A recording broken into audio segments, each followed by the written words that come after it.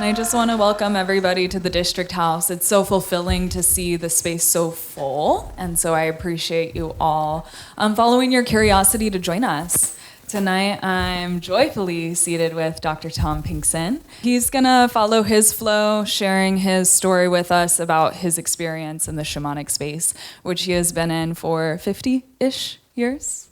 More. Yeah. And after that, he'll be sharing his voice through song. I'll be joining back for us to share a bit of dialogue, and then we'll open it up to the audience so we can hear your questions too. And then we'll close out with a final medicine song to seal in the juice of the evening. So I'm gonna join the audience, and I'll see you back. Okay, thank you.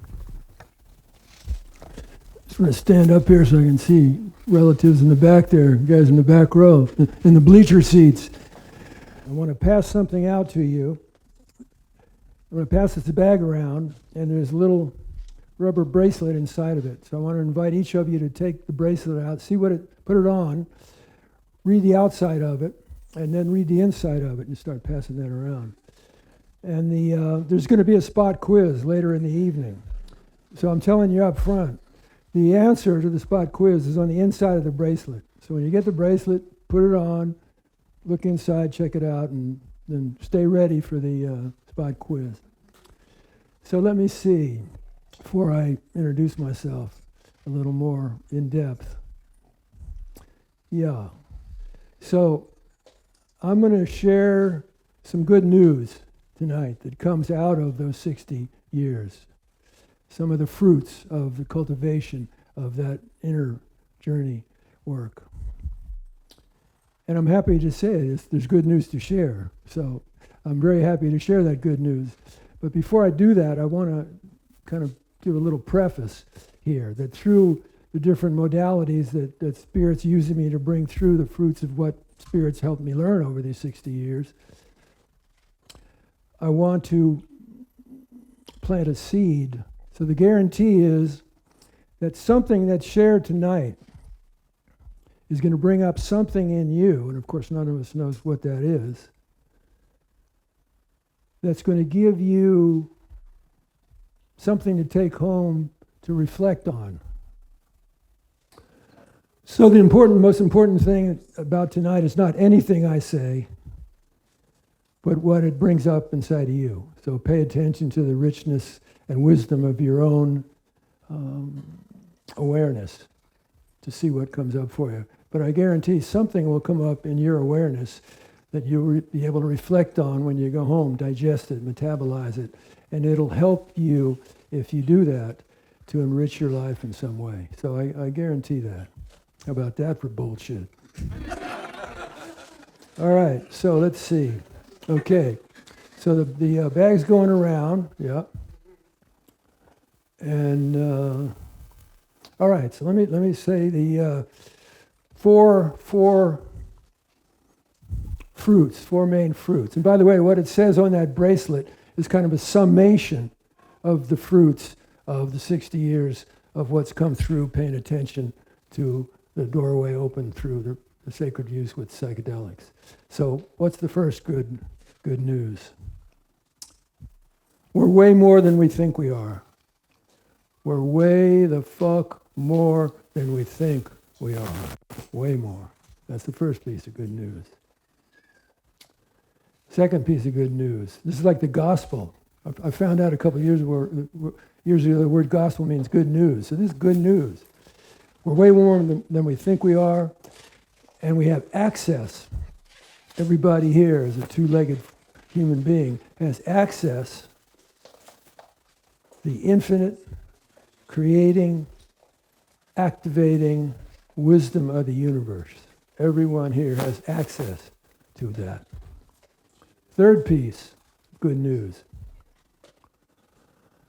We have codes embedded in us by the evolutionary process of 14 billion years, más o menos. We have codes embedded inside of us that when activated, when nurtured,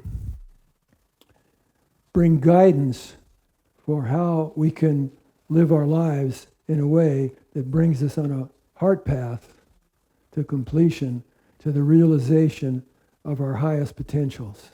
We have codes embedded inside of us by those cosmic forces of 14 billion years of evolution. And the stories, the songs, and the sharing, the ceremony that we'll do tonight helps open, with your help, cooperation, open a doorway, a portal, what the Huichol people call the Nearika, a doorway to be able to open a little broader avenue of receiving from that access that we all have access to, the infinite creating wisdom power of the universe. So, with that, okay, yeah, let me get my guitar out here. Chicka Baba. And I'm going to sing a little song here that tells you something about me, something very intimate about me. I am a sacred, worthy, luminous being. I am a sacred, worthy, luminous being. I am a sacred, worthy, luminous being. And I am love, and my love is forgiving to you, to me, and to everybody. So let it be, set it free, can't you see, can't you see? I am a sacred, worthy, luminous being. Now what's true about me is also true about you. You are a sacred, worthy, luminous being. You are a sacred, worthy, luminous being. You are a sacred, worthy, luminous being. And you are love, and your love is forgiving. So set it free, let it be. Can't you see? You see, we are sacred, worthy, luminous being. Oh.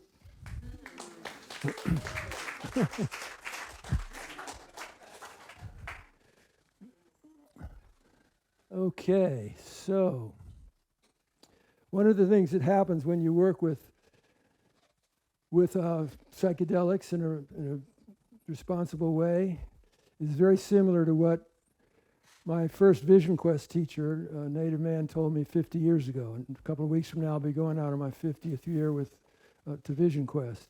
And he said to me, he said, do not go out on a quest unless you're willing to take more responsibility.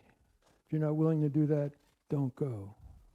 I would say the same thing with responsible relationship with psychedelics. Why? Because you're going to get homework. You're going to get homework, and most likely the homework is not going to be in your ego's comfort zone. So what I'm about to do and say in a few moments is following the assignments I got that's certainly not in my ego's comfort zone as a way of introducing myself and tonight. So let me see how this is going to work. To do this, I got to put on my Sunday go-to-morning meeting sombrero. And how's that going to work, like with this microphone? I don't know. I think I'll put that in there.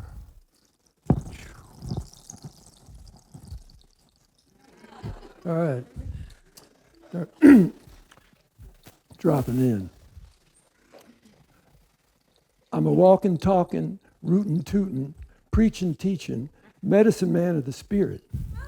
And I'm here to bring you a little taste of the traveling cosmic magic mojo medicine show.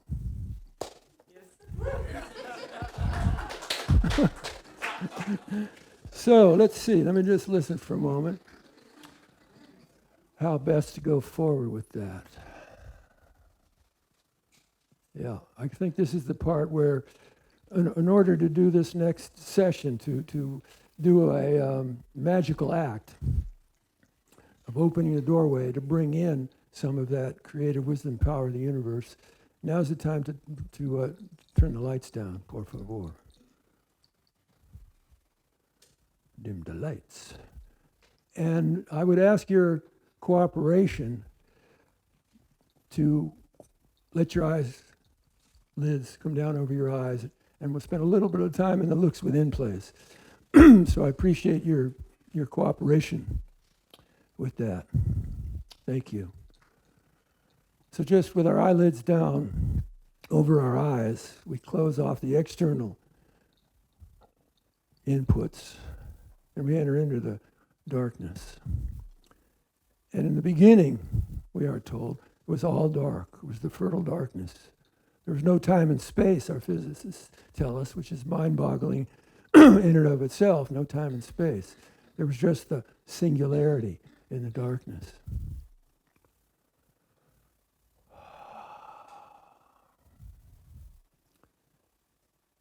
And then we're told in one tradition, in the beginning was the Word. In the beginning was the Word. I think before the Word came the sound. And the sound was like Gabriel's horn, heralding something was about to come through. Gabriel's horn. Or maybe it was John Coltrane.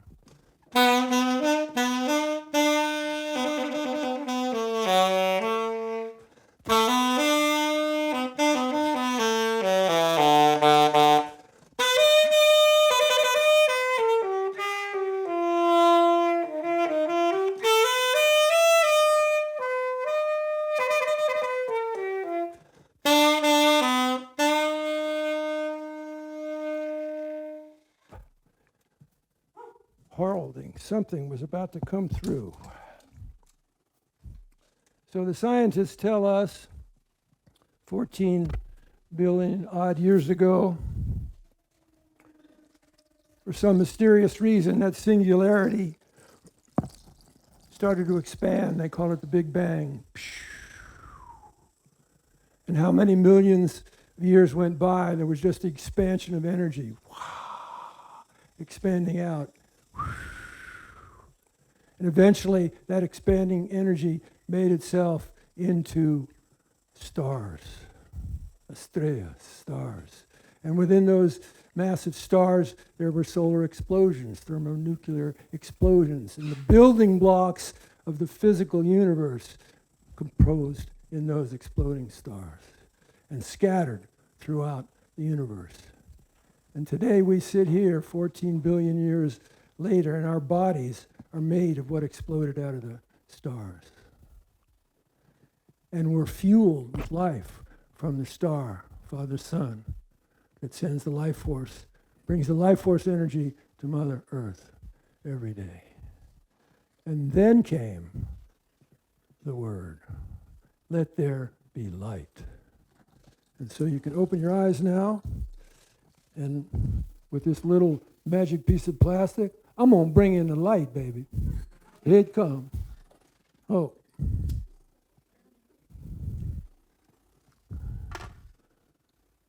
So that's an act we do maybe every day, or a common act we do on a quite frequent basis. But what we have here, on the deepest level, this energy comes from Father Sun, yeah? Father Sun got its energy from the previous star, which got its energy from the previous star explosion. And it hopscotches back 14 billion years to the first orgasm of the singularity, right? So this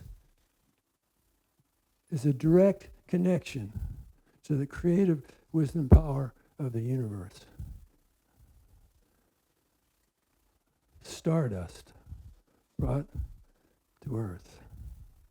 It helps us when the sun comes up in the morning, we light a candle in the dark. We open that doorway, that Nayarika, to bring through that life force, creative wisdom of the energy.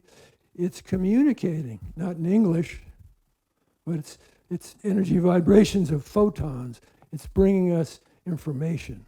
Indigenous people say it's alive. The spirit of fire for the Huichol people, Tatuari, grandfather fire spirit, is alive and communicating. And one of my assignments from Grandmother Guadalupe in Mexico many years ago, she's in the spirit world now, is Tomas. The people in El Norte have forgotten this is alive. They've forgotten Tatuari is alive. This is one of the activating forces for the codes embedded inside of us to help us wake up. So there's a song that is going to come through my voice, but it's coming from Tatuari, grandfather fire spirit.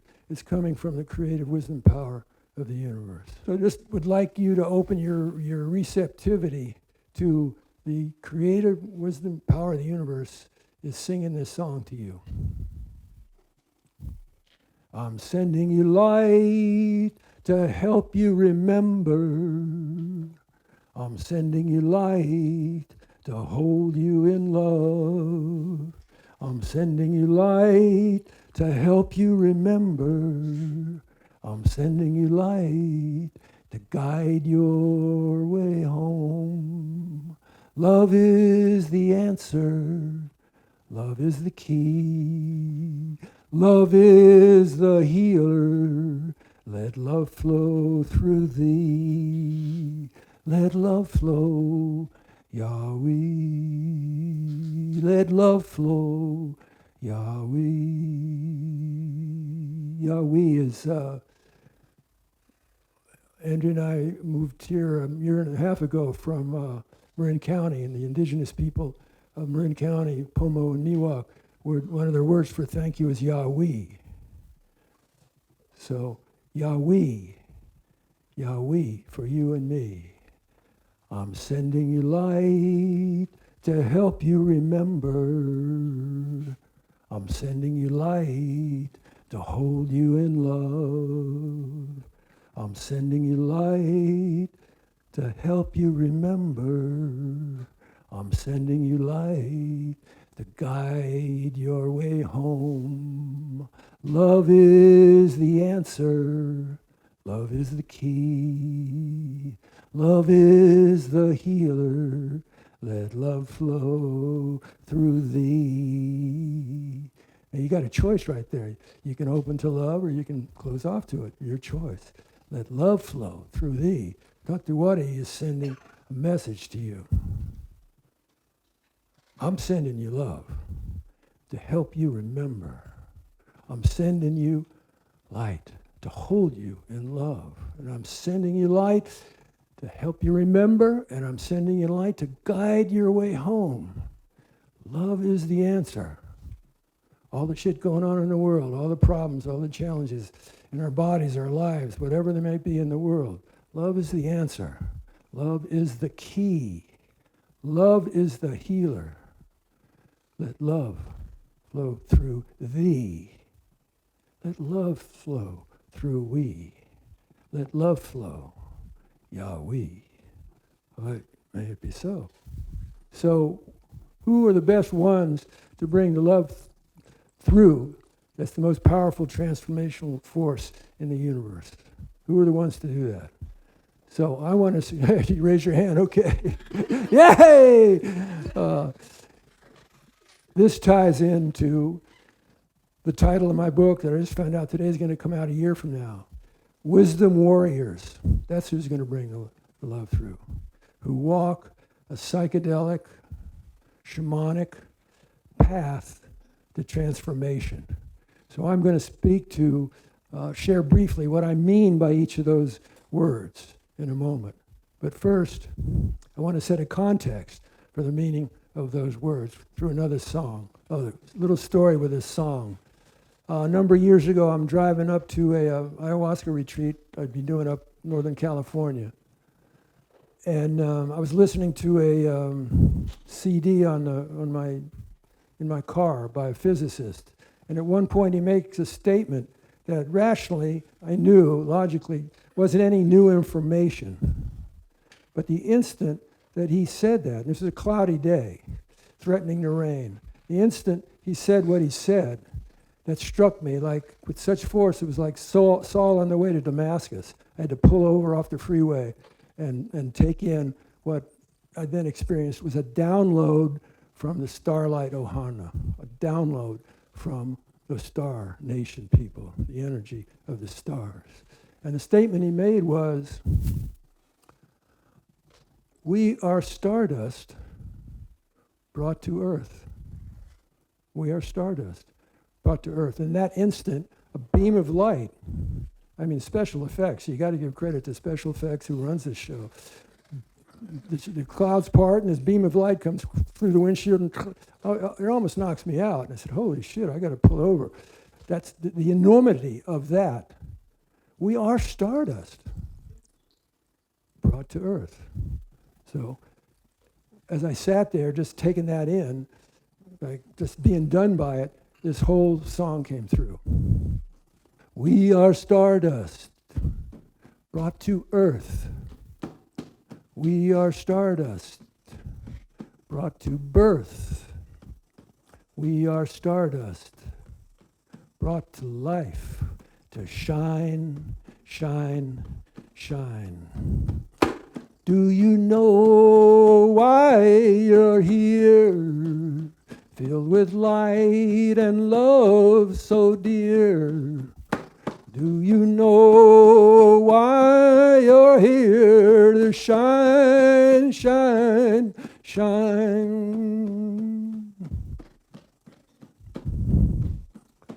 Polish up the light you are. Come so far from a star. Polish up the light you are to shine, shine, shine. How to polish a star so bright. Hold it up into the light. No more fussing, no more fight. You hold it into the light. And then you shine on into darkness and shine on into night. And you shine on when you're feeling all fucked up, and you shine with all your might.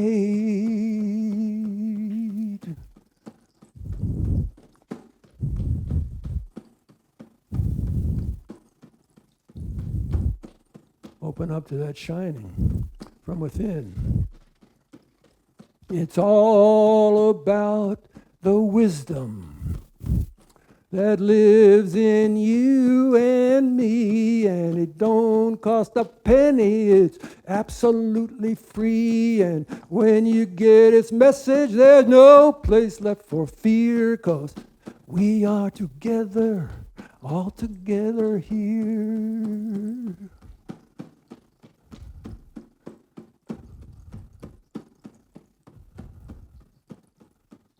All together here. Thanks Stardust for its message.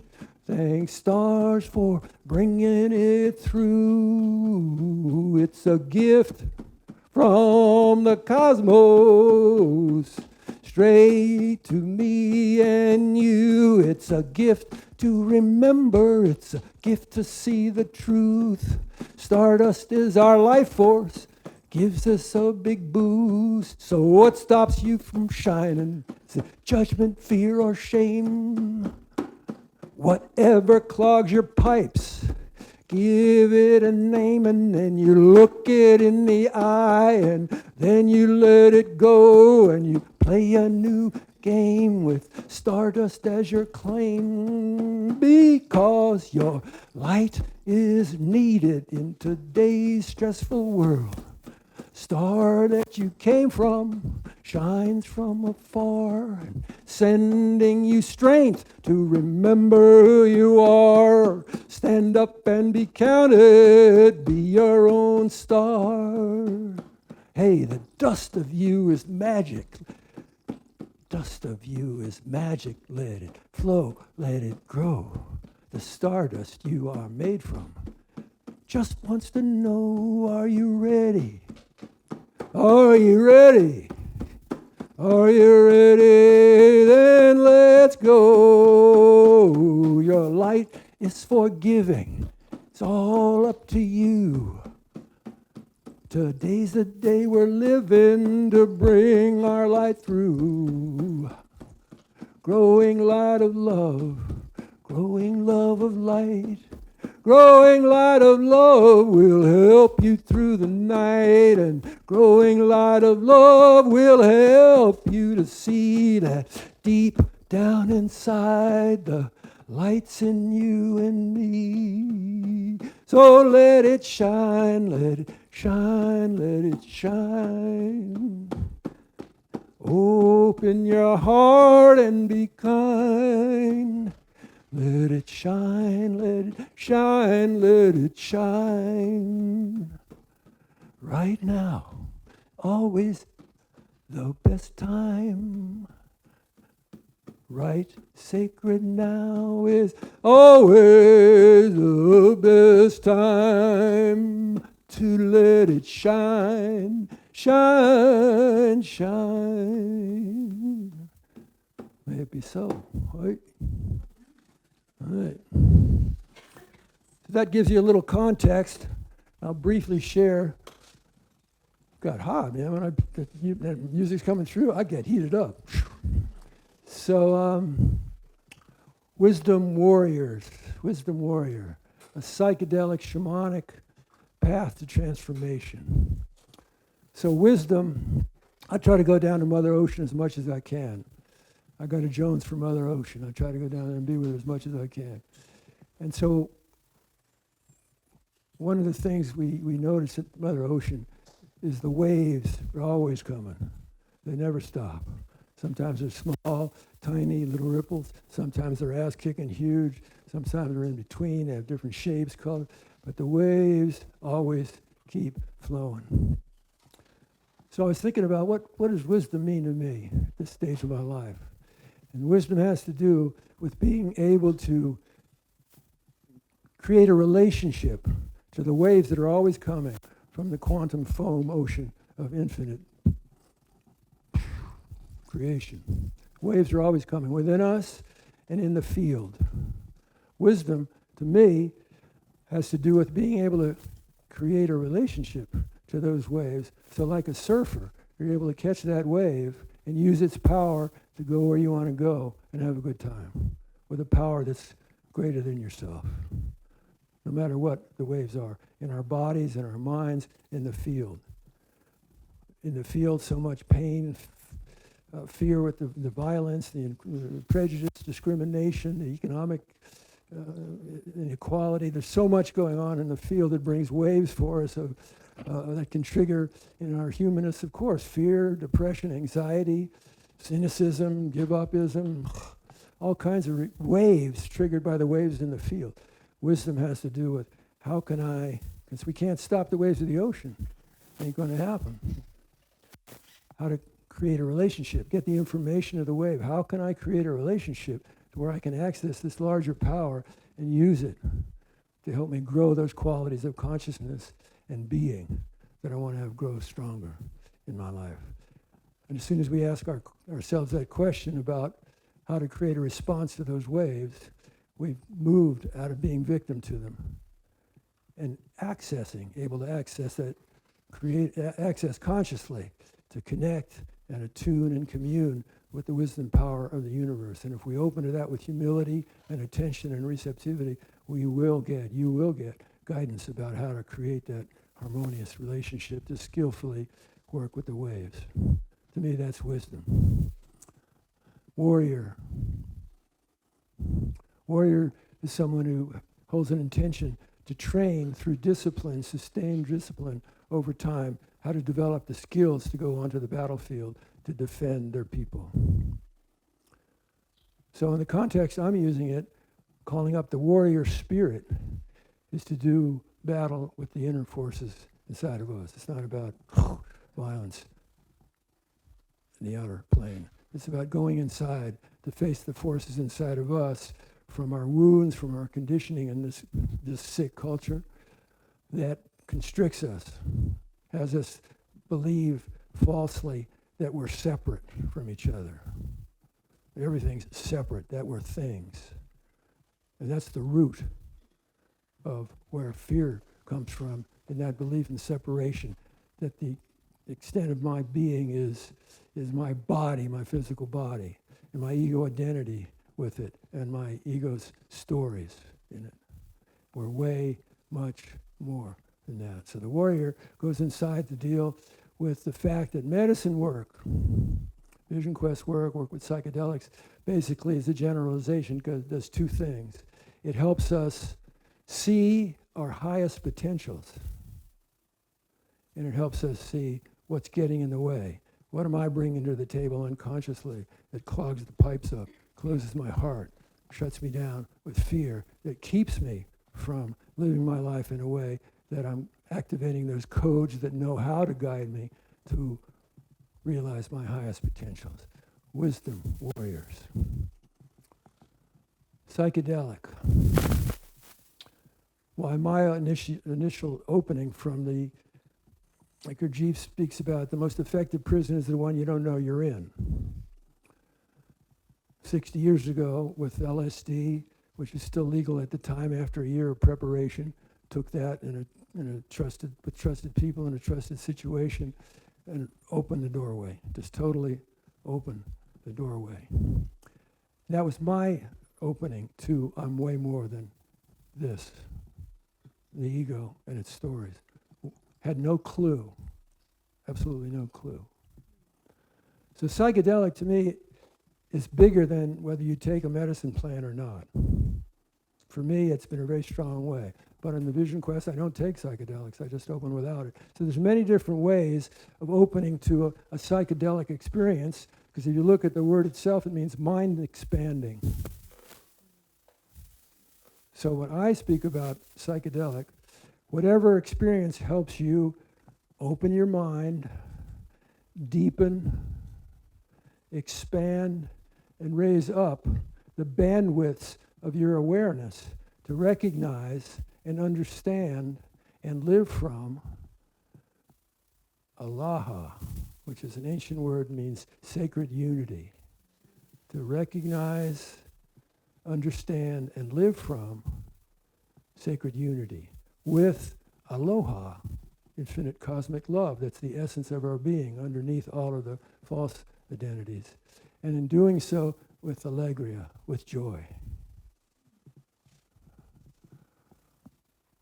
Shamanic, psychedelic, shamanic. Shamanism is not a religion the way some people might think of it in the West. It's really a term that refers to people who paid attention to how nature actually works. Indigenous people of the world, which we all have roots to if we go back far enough. In fact, the Huichol people say every one of us has iyari, heart memory. We all have deep inside heart memory. When we all sat around the sacred fire, we did our prayers, our songs, the initiation rites with the children to pass on life to the next generation. So the people who paid attention to how nature actually works, because there wasn't anything else happening except nature, and they're 100% dependent on the forces of nature for their lives, so they damn well paid attention to how it works so they could be in harmony with it. Out of that came practices, an understanding of the reality of the universe, the interwoven interconnectedness, the sacred unity of it all, how there ain't no such thing as a separate thing. We're all connected. We're all connected. The practices that helped with conscious connection and attunement and communion with the wisdom powers of nature, of the great spirit, of the great mystery manifesting through nature. Shamanism refers to those practices that help us to open the mind, deepen, expand, and raise the bandwidths of our awareness to where we come into a knowing that we're way more than the physical body, as incredibly fantastic as it is. And we're way more than our ego mind identity. We're way more. And in fact, It helps us to begin to heal from what one author referred to, see if I can remember his term, malignant egophrenia of me, which our culture teaches us, inculcates in us. It's about me as an individual and my thing, as long as I get my nut off, who gives a shit about anybody else? The expansion from me to we, to we, to we. And from that, the expansion to the creative wisdom power of the universe that we have access to whenever we use those practices that work for us to help us open our minds, deepen, expand, and raise bandwidths of our awareness. And those practices, if we bring them into our lives, and we integrate the teachings from our medicine journeys, then that is what can really activate those wisdom codes inside of us to be able to walk our heart path to completion, walk a path of heart to completion. So when the medicine of our mortality comes calling and says it's time to go, our death comes, we're able to look back on our lives and feel good about, I showed up, I gave it my best shot to be me, to live authentically for my own integrity, my own heart, my own soul, as best I could with my humanness, with compassion and empathy for, my Mishigas humanness we all have our version of. Wisdom warriors. A psychedelic shamanic path to transformation. And what are we basically transforming? The illusionary perception of separation. To wake up, to wise up to the truth of our being, that the essence of our being is that cosmic, unconditional light and love, at the essence of our being. Wake up, wise up to the truth of who we are, what we are, to live love now. So we're almost time to end my presentation. Got a couple more songs, and then Sister Hannah Jo is going to come up and grill me with some questions. And then we'll open it up to you guys. And then there's a short little video of a song that came through. Thank you, plant people, that we can watch just to mellow, close out the evening. So, prayer song. Let me get my rattle. Thank you. And you fill in the blank, whatever you call the wisdom power of the universe. God, Goddess, Joe Schmo, the Tao, Holy Spirit, Creator. Thank you for this breath of life. Thank you for the gifts of creation. Thank you for bringing us together here. Thank you for Jacob's vision and courage to start this. Thank you for the good work you've done. You've been able to be such a good audience here tonight. And thank you to our ancestors. We wouldn't be here without you. And to the ancestor spirits of this land, the Chumash people. We remember you here. Oh, here's the prayer. May we all walk in beauty in a sacred way. May we all walk in beauty each and every day. May the spirit of the fire lift our spirits higher. May the beauty of the earth fill our hearts with mirth. May the beauty of the rain wash away our pain.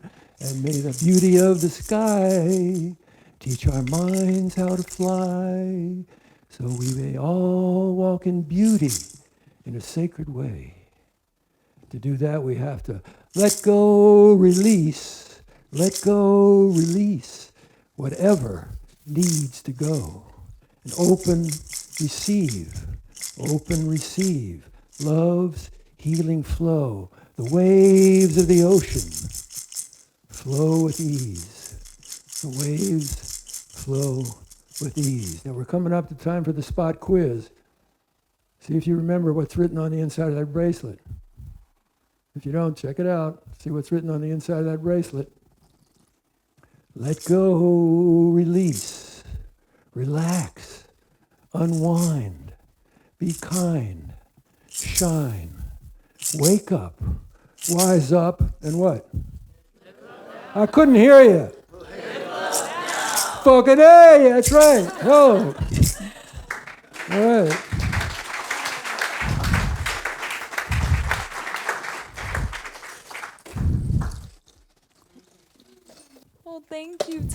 I really appreciated the story, song, ceremony journey you just led us through. Thank you. My pleasure. Yeah, that was really theatrical in the most medicinal way.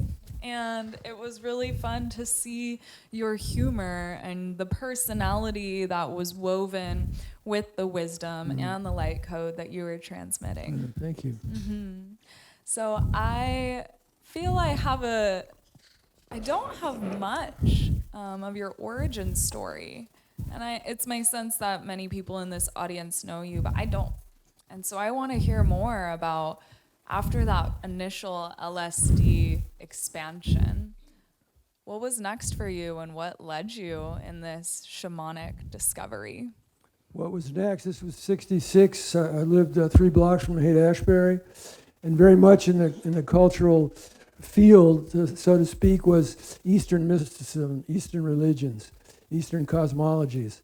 And on Haight Street, it was like a smorgasbord. Every other store was like the Buddhists, the Hindus, the Taoists. It was awesome, cultural renaissance. So you could walk down Haight Street and go into ceremonies and learn about all these ancient Eastern traditions.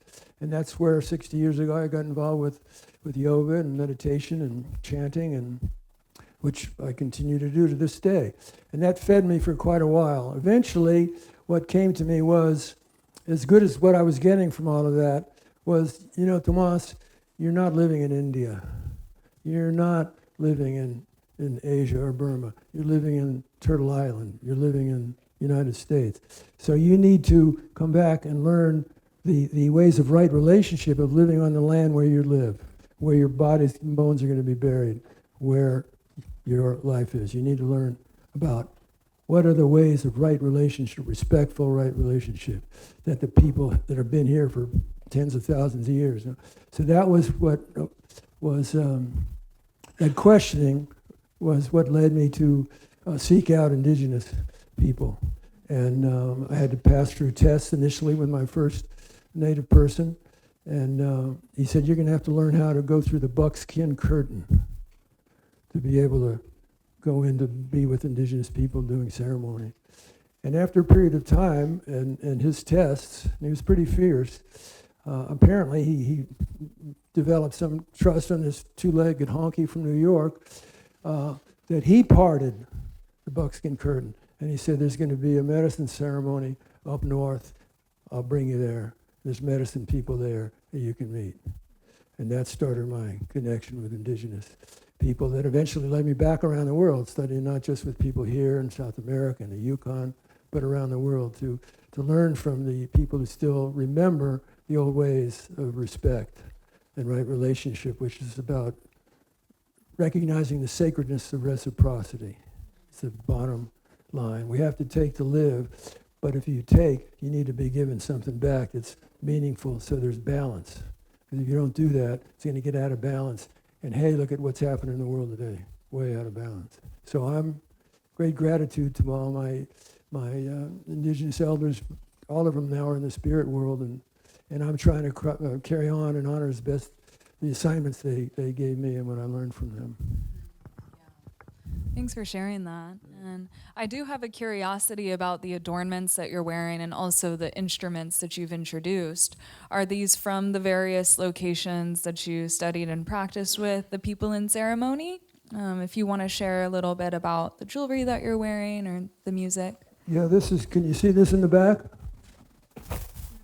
Yeah. So this is beadwork.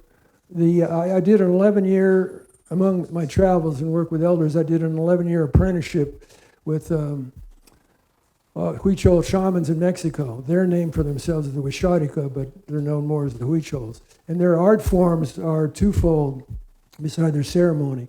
They like to create beauty because it pleases the gods and the goddesses that they're dependent on for life. So one of the ways you give back and say thanks is create beauty in your life. May we all walk in beauty in a sacred way. May we all walk in beauty each and every day. So this is you might say it's a psychedelic X-ray of what's beating in your heart right now, beating in your chest. And so I wear it to help me remember what's most important. Not me, but we and thee. And this is a Huichol. No, that's from Mazateca people. I studied also with a Mazateca shamanist who works with the mushrooms. That's a bag from her culture. And this is a Huichol rattle. That actually, this is another story I'm not going to go into tonight. My first pilgrimage with the Huichols who work with the peyote medicine. Once you get me going, you have to pull the plug and just saying what's happening. The last day in the sacred desert where the peyote medicine grows, I was going out to take a pee in the desert, and I felt like that. And I looked over about 20 feet away. Where'd that come from? What was that? And there was a big grandfather peyote there that said, I want you to take me home to help you in your work with cancer patients. Because I helped start this first at-home hospice program back in the 70s and then worked for 30 some odd years with children and life-threatening illnesses. So I want you to take me home. You're not going to give it to people. You're just going to use it to help you in your work. And I said, okay, but I have to go through customs. Hello. I'm not interested in being a martyr and going to jail or anything. And so the short of it is, I'm not going to do the whole story. Maybe Jacob will invite me back again. I don't know. This rattle helped me get through customs with that peyote safely. So I'm very thankful to this rattle. Yeah. So I heard you say a moment ago about, you introduced these assignments as a wisdom warrior, and I sort of just received that the peyote gave you another assignment of how to use that medicine to serve others, specifically the demographic of cancer patients. Yeah. Do you want to share more about what assignments you have been actualizing in this shamanic path? Well, the book that I mentioned that'll be coming out a year from now, that's an assignment. Really, at this stage in my life, I know the most meaningful way for me to live my life is to open myself through the practices, shamanic practices, and say, what do you want to use me for with whatever time I've got left? Because I know that's what's going to bring me the most fulfillment, not serving ego, me, but what. And so I do practices every day to try to help myself open up to that guidance. One of which was, at a certain point, the guidance was, Tomas, not everybody's going to come to a ceremony with you. So you need to take the medicine teachings out into the mainstream. And it said, I want you to go into a nightclub in Santa Barbara and bring some medicine through. And I said, holy shit, man, you got to be kidding me, man. I said, no, you asked, And then, so I said, what do you want me to do? He told me what to do. Same thing as tonight. Spirit told me to come here through Jacob's invitation when we met. What do you want me to do? It's your show. It's not mine. It's your show. How do you want to use me? What do you want to bring through? And so what came about, what I shared tonight, is from that assignment. That's very, I love that. Especially the piece about the nightclub, because you are here anchoring the light in these areas that are kind of dim. Yeah. And I heard you use the word pilgrimage when you were talking about taking a pee in the desert. And I also have heard you say vision quest, which doesn't necessarily involve plant medicine. And I've also heard you talk about the psychedelic space and ceremony. So I want to hear from you your personal definition of those three things: pilgrimage, vision quest, and ceremony. Okay. And maybe there's some similarities, but I want to understand the differences mostly. Yeah, well, they're all similar in the sense they're all ways of opening to conscious connection and attunement and communion with creation, the creative wisdom power of the universe.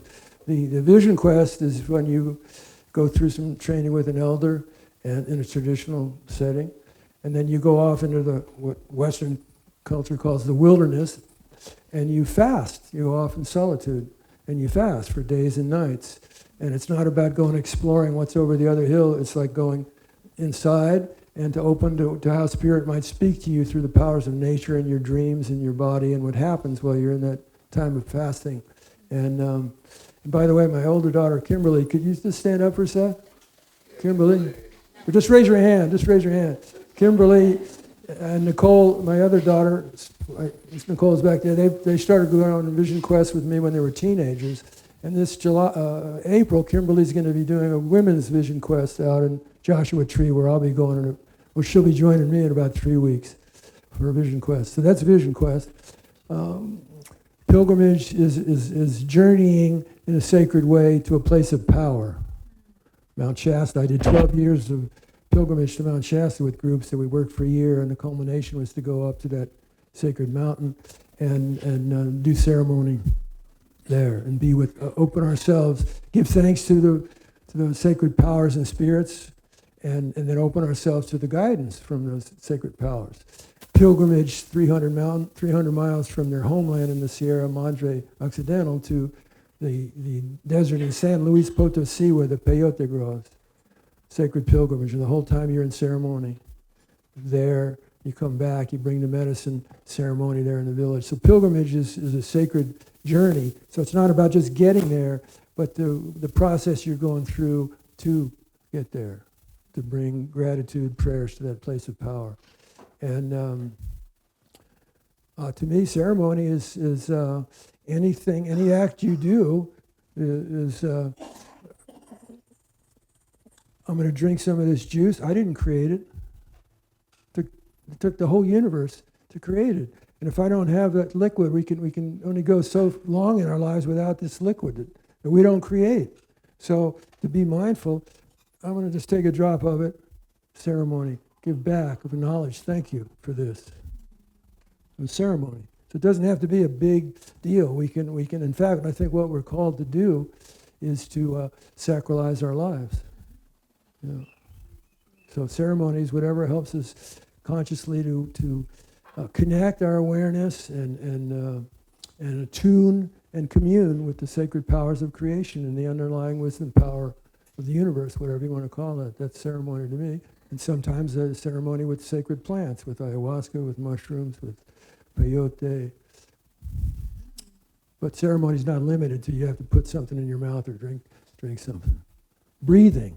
Conscious breathing, ceremony. I'm receiving the gift of life force, the universe, the creator, the great spirit, obviously wants me here, has given me the life force. I give thanks for the angels of protection that have brought me this far and all of us this far. We wouldn't be here. And the very fact that we're here and being breathed means spirit wants us here. We're not here by accident. So to bring conscious awareness to, I'm being breathed. I'm the recipient of this incredible power, and when it comes in, if we're paying attention, this takes it into deeper ceremony, it asks us a question. And if we don't answer the question consciously, I'll tell you the question in a moment, it's answered unconsciously by our unconscious software tapes that are inside of us that basically produce pain and suffering. And the question that's asked is, breath comes in, and it asks the question, sweet mama, what do you want to do with me? How do you want to use this life force fuel I'm giving you now to co-create your experience? And if we're conscious when the breath comes in, then we can make a conscious choice. So instead of unconsciously not being present and taking ownership of the fact that there's a ceremony happening and being breathed, I can pull the plug on the unconscious conditioning that is based on that ego perception of separation, which is where the fear comes from, which is where ultimately the violence comes from. So ceremony can be and needs to be more in our daily lives. Mm-hmm. Yeah. It sounds like that's an infusion into all that you do, and you're offering that for us to explore. And I particularly remember when you said something about the sacred unification that we find with the creator energy, and that it doesn't require anything outside of ourselves, whether it's a drink of juice or a plant medicine we might explore. It is the breath that reminds us of that sacred unity when we remember. Yeah. Exactly. Conscious breathing. Yeah. Conscious living. Yeah. And there was a lot that you revealed in your story and song that was super interesting to me. And I want to zoom in to Grandmother Guadalupe. Yeah, and I would love to hear what your relationship with her was like, because I know you've had many teachers, but just in the short amount of time and space that we've shared, I've heard her name many times. And so I'd like to hear about your relationship and even how your relationship with her is still alive today. Yeah, very much so. She comes to me in dreams. She comes through in ceremonies. Grandmother Guadalupe. So just take a moment to thank you, Grandmother, for all you've given to me and continue to give to me. Thank you. So I met Guadalupe. 1981 was the first year that I was, the doorway opened, the Nayarica opened for me to go down to Mexico and connect with the Huichols, coming into the rancho there. And there's the sacred fire. And a pilgrimage, I was invited by a gringo who'd married into the tribe and invited a small group of us to come join him with the Huichols going on the pilgrimage to Wirikuta. And so that's how I first met Guadalupe. And I'd worked with a woman shaman before that who was very strong, very fierce, but she didn't have the heart like Guadalupe. And as soon as I met Guadalupe, that heart was just shining through. And I was just very, very touched. And so over the years of the pilgrimage, my 11 years, within that time, my grandmother that I was very close to, that after my dad died when I was very young, my mother and I and my little sister, we lived with my grandparents. And so I was very close with my grandmother. And when she died, I said to Guadalupe, I said, my abuela, she died, and I need a new abuela, I need a new grandmother. Would you be my spiritual grandmother? And they, she took me in. And you might say fed me, taught me. And she was the one who told me to, you need to help your brothers and sisters up north. Remember, Taktawadi, the fire is alive. So, yeah, I'm just very, very grateful and thankful for the wisdom of Grandmother Guadalupe that continues to come through. Me too. Yeah, good. Yeah. And please correct me if I'm incorrect, but is the sombrero also from her? Yeah, the sombrero was Guadalupe's, and I have beautiful colored clothing that a beautiful scarf that Guadalupe made, and all of which was given to me when she crossed. Yeah. And how would you describe the value of the adornment, like wearing the sombrero or the coat or the other necklaces? How does that support you in the vision quest or ceremony space? Well, I don't know about you, but I need all the help I can get. And I welcome it. I got no qualms about recognizing I got so much, going on that I need all the help I can get. So one of the ways, and this is from shamanism also, it uses the physical plane to help us remember, to help us to wake up, to help us to live love now. It uses the physical plane of visual stimuli with symbolic and energetic power to bring our attention to the truth of our being, that we're not here by accident. We don't know how long we're going to be here, but we're here now. And we're either putting our attention to that which causes pain and suffering, or we're opening our awareness to love's presence, the Spirit's presence, and then hopefully trying to be a channel for healing, light, and love coming through us for the gifts that each one of us have to contribute to the healing of the what's called the sacred hoop to life. So all of these things are when you came to my house once when we first met, and you saw my spirit room, and there's not one square inch of there's not something, and all of those have a story, all of those have an energy, everything has a spirit power to help wake up, wise up, and live love now. Right.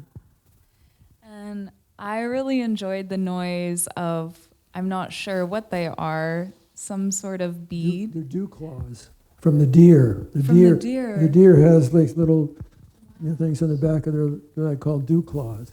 And for the Huichol people and a lot of indigenous people, the grandmothers of the rain spirits, a lot of ceremonies are to those spirits to bring that water to water the crops for the people to live. So a lot of the ceremonies are that rain, and the little noise of that, of the dew claws is like the rain. To give thanks to to the grandmothers of the rain spirits.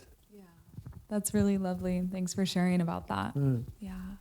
So I've been holding this piece also that I received from your presentation, and it was about the choice of opening to love or choosing to live love now.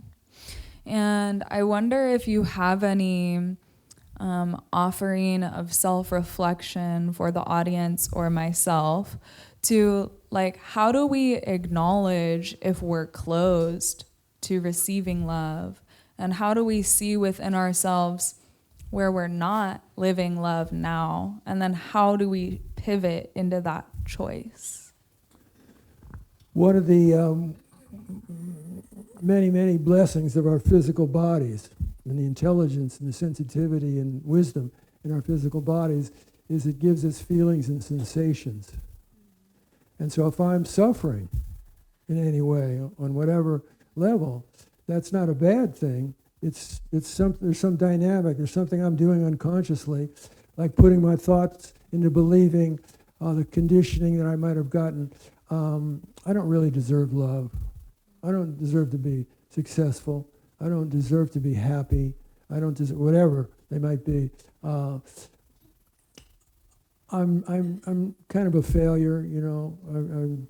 I just don't have it. Other people have it, but I'm just missing some basic things, and I'm kind of a negative thought forms that are not based on truth.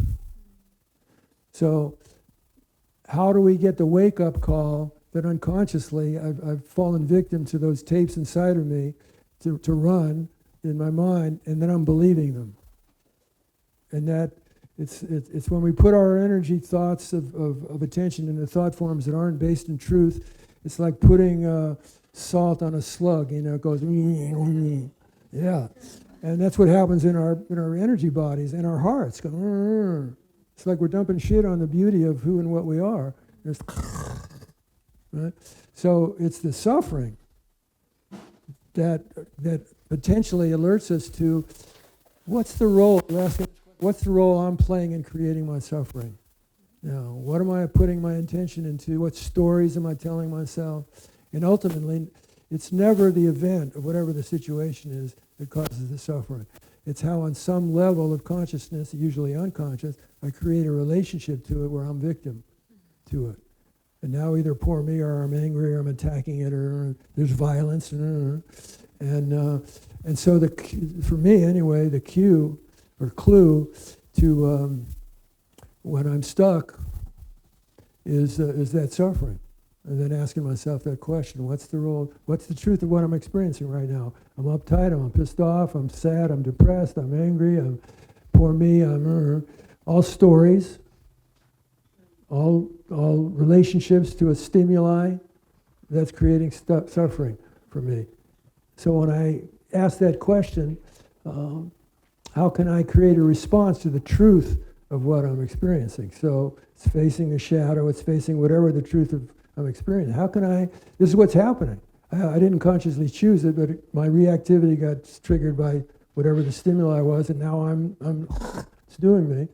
So paying attention to the feelings and sensations will cue us into being able to empower us to ask that question. And then we ask that question, we'll get information. We'll get busted. And then we can choose, then we have power to choose. I have the right to choose thought forms that create pain and suffering for me. I have the right to do that. I don't even think it's wrong for me to do that. But just own, I'm making the choice. I'm experiencing the consequences. Just own it. And there have been times where I've consciously chosen because I felt so bad about something. I'm just going to hit myself over the head with judgment, and it was causing pain. And finally I got to the place, okay, I've had enough pain and suffering. Enough.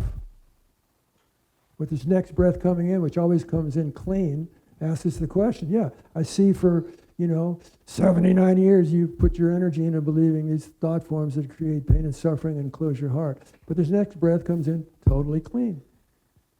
If you're present for it, and you have an intention to create a different experience, opening awareness to love's presence, Spirit's presence, enrich our lives. Thank you for that. Yeah. And what I heard is like the salt on the slug is the shame and the judgment and the wrongness that we attach to our sensational or emotional experience. And the shift after we come into that awareness is to build a responsible, self-responsible relationship to what we're feeling versus the reactivity of tightening or contracting or even locking that energy deeper into our system rather than giving it the liberation of a compassionate acknowledgement and a graciousness with ourself for the full range of our humanity. Yeah. So important that when we become aware of... Well summarized. She's paying attention. You got to raise her salary. She's paying attention. Yeah. So when we catch ourselves running a negative tape about myself, then what happens, a negative belief, story about myself, or judgment, Malware. Yeah, that's in our culture, because we have a judgmental culture. That's the way we're brought up, to be fault finders instead of love finders. Then usually it triggers shame. Oh, I blew it because I was angry, or I, whatever. And such a need at that point, like you said, to embrace with compassion and tenderness and empathy our humanness instead of more judgment on top of whatever was causing the suffering. And that's what the compassion and empathy reopens the heart, and we face and own those parts of ourselves that did that reactivity. Then you can go back and try to clean it up and come back into conscious connection with the truth of who and what we are. So that saying that's on the bracelet, I'm a sacred, worthy, luminous being. I am love, and my love is forgiving. That's a statement that's true. When we put our attention into thought forms that are true, we get shinier, we polish up our stardust. We put our belief energy into anything, any other thought forms that say anything other than I'm a sacred, worthy, luminous being, and I am love, and my love is forgiving. Suffering. And that can be really confronting. Yeah.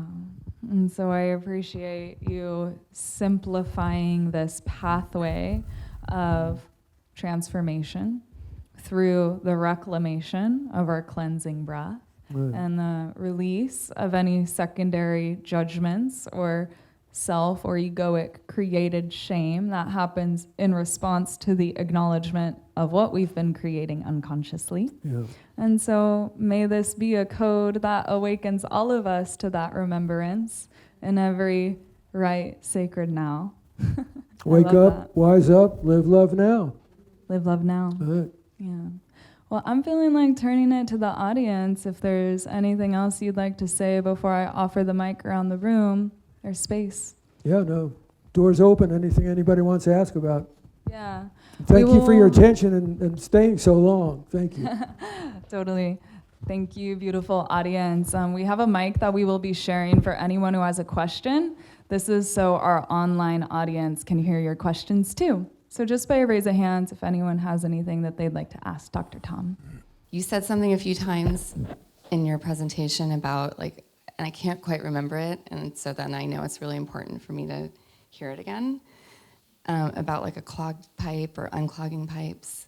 And I just want to know what the actual phrase was that you said a few times and what actually that means to you on your path of transformation. Well, I have to tell you, I have absolutely no idea what I said. Because it's, but I can address what comes up for me now. So you're asking, I spoke about what clogs up your pipes. When we put our energy into guilt about ourselves, negative stories about ourselves, shame, the pipes get clogged up with energy. It's hard for life force, vitality, creativity, joy to flow through. The pipes are all clogged up. So the song, what clogs your pipes? Is it judgment, fear, or shame? Whatever clogs your pipes, look at it. Give it a name. Look it in the eye, because we don't have power to change anything if we don't face the truth of it. Look at it right in the eye. And then we're empowered to pull the plug on it, because then we can start to see the stories that created that suffering, the clogged pipes. Like believing anything other than, I'm a sacred, worthy, luminous being, and I am love, and my love is forgiving. Bottom line, Jack, that's who I am. So the work is then, when we see the pipes are clogged, if we want to get them unclogged, if that's our intention, then I got to go in and face what's there, see where it came from, go to the roots of it. So we're not just treating the symptoms, go to the roots of where that started. Unclog the pipes. So that juice, that access that we have to the infinite power, creative wisdom power of the universe can flow through us, juice in our lives. Does that help? Yeah. All right. Thank you. Can I have you press your headband back and lift the mic back up?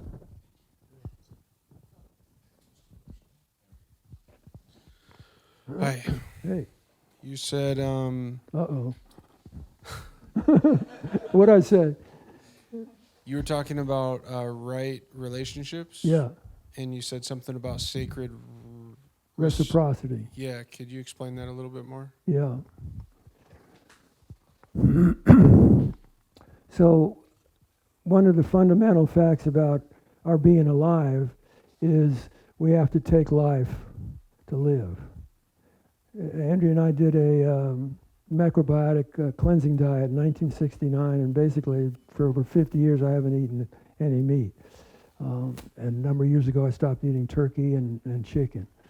And even if I didn't eat any animal products, I still take life, plant life. And it's equal value and importance in being alive as I do, in the grand scheme of things, although my ego might not like that, but it's true. So this life, to continue, we have to take life.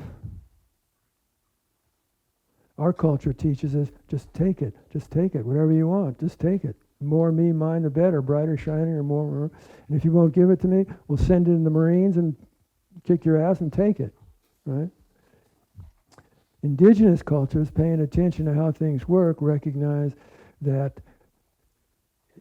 you're taking of a life equally value as you need to be giving something back from your heart, from your integrity, in a way that's meaningful for you, not a should that somebody else lays on you. But what is it you're giving back for the life that you're taking? And how are you living your life with those lives that have been given or you've taken to serve your life? So reciprocity, the sacredness of reciprocity is a keystone of indigenous wisdom ways, recognizing that you are going to create imbalance in the powers in the field if you don't find a way that's in your heart to give back through gratitude. And one of my favorite sayings is, grace grows where gratitude flows. You want more grace in your life? It's not about going out, give me more and more, just the opposite. What do you have going on in your life right now that from your integrity you're thankful for? Not what you should be thankful for from mom or dad or the culture. In your heart, the beauty and wisdom of you. What, if anything, are you thankful for in your life? And then whatever your sense is, the source from that which you're thankful for comes from, you say thank you in a way that's meaningful for you. That for all your time, you have to give back. And when the people went out, the indigenous people went out to hunt, to take life, what they did beforehand was they went into prayer and they went into ceremony and they sent a voice out through the ceremony to the spirit of that buffalo or the deer or whatever it is they were going to hunt and say what's true. We need to come, we need your life to feed the people. So the nursing mothers have milk to give to the children, so the old ones can deal with what they're dealing with. We need to come take your life. Would you be willing to give your life to us? And in exchange for that, we commit ourselves. We honor your spirit. We thank you for your spirit, and that you might honor us by coming to us when we go out to hunt tomorrow. And if you choose to do that, if you choose to grace us with the gift of life for our lives and our people to continue, we will honor your spirit. And we will sing songs of gratitude. And we will say prayers for your families, the deer, the buffalo. We will give back in equal measure for what we're taking. The reciprocity is sacred, which is the opposite of what our culture teaches us and why we have the problems we have. Is that? Yeah. All right. By the way, we have under a couple of minute video that we can watch in closing. It's called "Thank You Plant People," a song that came through me, and then the assignment was to make a video out of it and sing the song in public, none of which was in my ego's comfort zone assignments. So we can close with that when we're through that, and I think you'll enjoy that video. So I'm wondering how your experiences with psychedelics have helped connect you with nature. When I first took that medicine, that spiritual medicine, I saw everything vibrating. I saw everything is alive. It's pulsating with life force. All these things that my culture said were inert, a mountain, a rock. I saw it's all vibration. It's all, and vibration is energy, and it's all information. So if you can open yourself to the attunement of that vibration, you can get its information, and it also dissolves the illusionary seeming perception of separation. That's an illusion.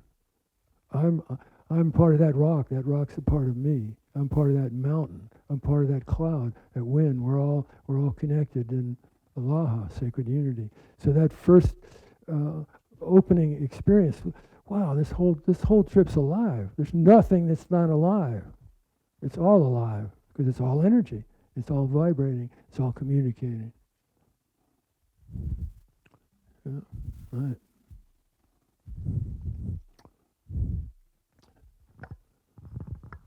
Thank you, audience, for sharing your voices with us.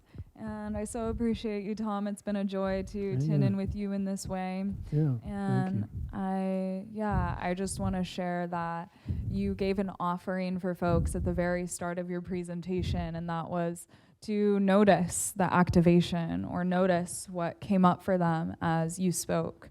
And I just want to remind people of that and to check in with yourself perhaps now or as your evening continues to just be with like, oh, what became unlocked? And again, as we've said, not to like shame or wrong those acknowledgments of perhaps unconscious operating, but to let that be an invitation for empowerment and expanding your awareness of yourself in a way that feels nurturing and expansive.